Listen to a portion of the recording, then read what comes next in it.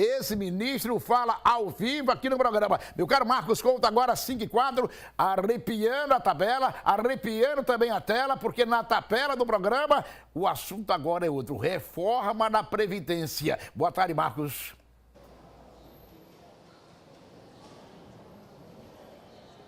Boa tarde, Gilmar, 5 e 4, boa tarde a todos que acompanham o Cidade Alerta Sergipe. Há poucos instantes desembarcou aqui na capital sergipana o ex-ministro da Presidência, o Carlos Gabas, que já está aqui conosco e vai conversar no Cidade Alerta. Boa tarde para o senhor, seja bem-vindo ao estado de Sergipe, em especial à capital sergipana. O senhor vem participar de um debate sobre a reforma da Previdência. A pergunta que não quer calar, o senhor é contra ou a favor? Olha, na verdade são dois eventos, um hoje à noite e um amanhã na Assembleia Legislativa, a convite do meu companheiro Márcio Macedo, vice-presidente do PT, de todo o movimento sindical aqui do Sergipe, que também é contra a reforma. Já respondendo sua pergunta, eu sou contra esta reforma da Previdência. Essa medida que foi encaminhada pelo governo ao Congresso Nacional, ela não tem nenhuma relação com o equilíbrio das contas da Previdência.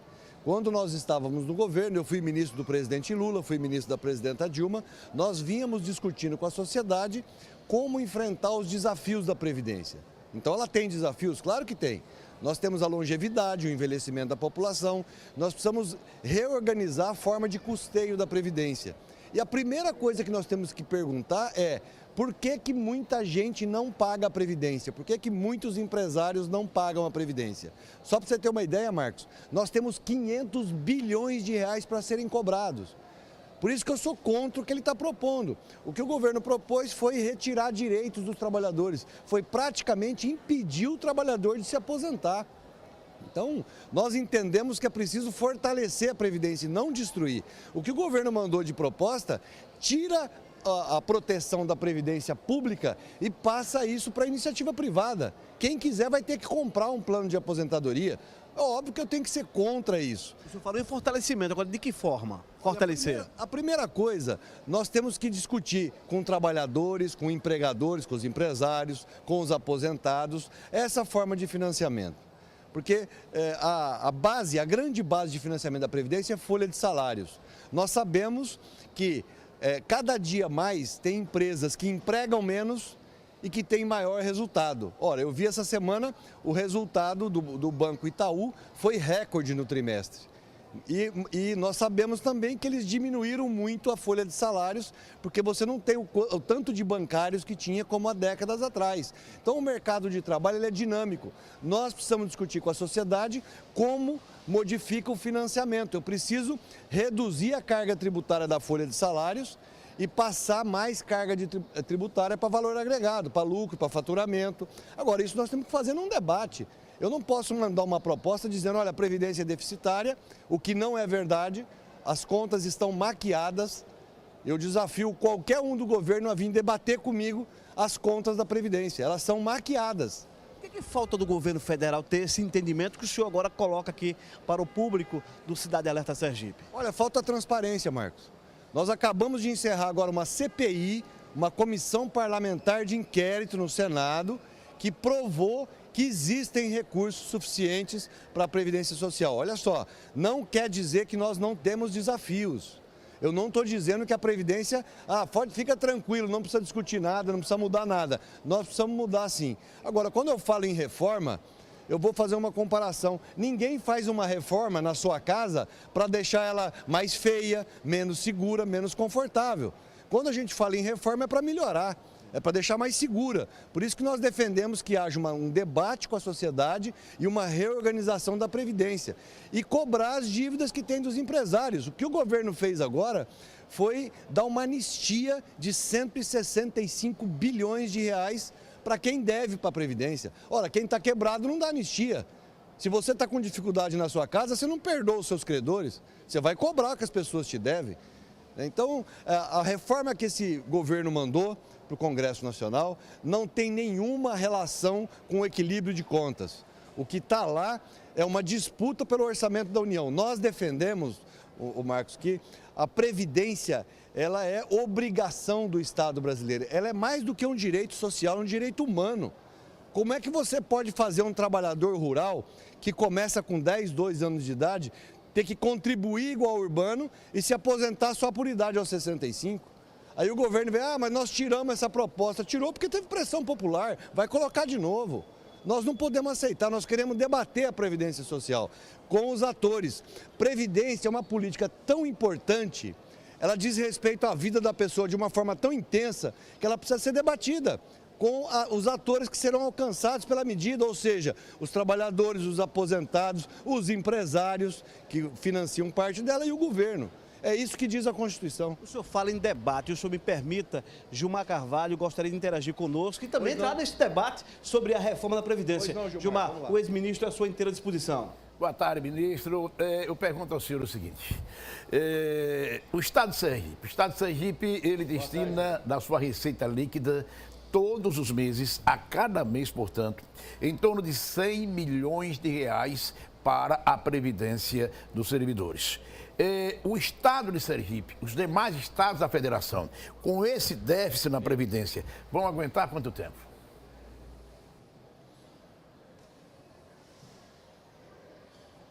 Pô, muito boa pergunta, viu, Gilmar? Nós estamos falando aqui de outra Previdência. Nós estamos falando do regime próprio dos servidores públicos. E nós temos que cuidar desse regime próprio dos servidores, porque se nós não fizermos nada, ele vai levar todos os estados a uma situação de dificuldade grande, como está o Rio de Janeiro, como está o Rio Grande do Sul. Então, nós temos que separar as coisas. Uma coisa é o regime geral de previdência, que trata do trabalhador da iniciativa privada. Esse que nós vínhamos debatendo com a sociedade, fazendo modificações, e só para você ter uma ideia, Gilmar, ela foi superavitária até 2015. Ela chegou a ter superávit de 30 bilhões ano. Ora, uma previdência que há 2, 3 anos atrás era superavitária, o que mudou? O que mudou no Brasil para ela ser quebrada agora, deficitária, inviável, como o governo fala? Nada, não mudou, não teve uma mudança radical na estrutura do modelo. Então, eu costumo dizer o seguinte, este déficit, ele é conjuntural, ele não é estrutural. A estrutura do sistema, ela protege a sociedade de forma adequada. Um país tão desigual como o Brasil, que tem desigualdade regional, social, cultural, econômica, ele não pode abrir mão de uma política social que proteja as pessoas, que dê oportunidade, que proteja o mais pobre.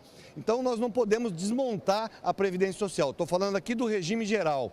Regime próprio. Por que tem problema? Por que tem problema no estado do Sergipe, tem problema no estado do Rio de Janeiro, tem em São Paulo, tem em todo lugar? Porque o dinheiro que foi arrecadado dos servidores, desde que eles entraram, desde que fizeram o concurso, começaram a pagar a Previdência. Esse dinheiro não foi cuidado, não foi criado um fundo onde você coloca o dinheiro e ele fica lá para no futuro pagar a aposentadoria. Os estados e até a União também. O regime próprio dos servidores da União fez a mesma coisa. Eu estou na Previdência, Gilmar, há 32 anos. Eu passei por vários momentos da Previdência Social brasileira. Teve um tempo que a gente discutia o seguinte, a gente chegava no governo e dizia, olha, eu quero saber se o dinheiro da Previdência foi usado para construir a ponte Rio-Niterói, foi usado para construir Brasília, foi usado para construir a Transamazônica e muitas outras obras, porque a gente não viu esse dinheiro. O governo arrecadou do servidor, arrecadou do contribuinte e fez alguma coisa com ele. Não guardou para pagar a aposentadoria. Ora, por que no momento da aposentadoria eu tenho que dizer para o servidor, olha, não tem dinheiro para te pagar? A responsabilidade não é do servidor. Nós temos que encontrar alternativas que dê condições de você pagar essa aposentadoria para o servidor. Existem alternativas.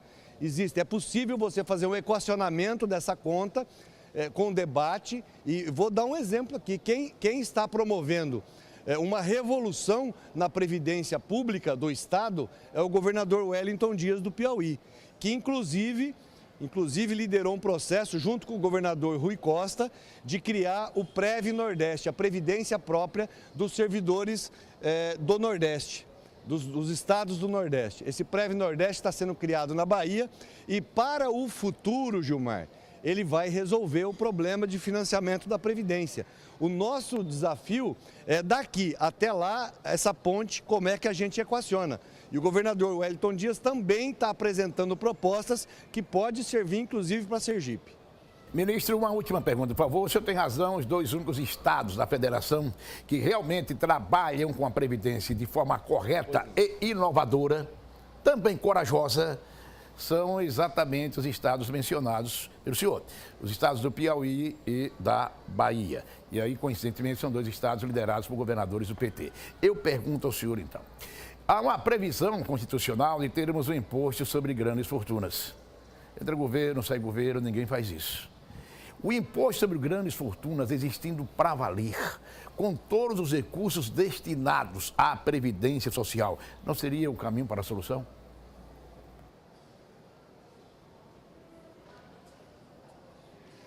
Bela pergunta.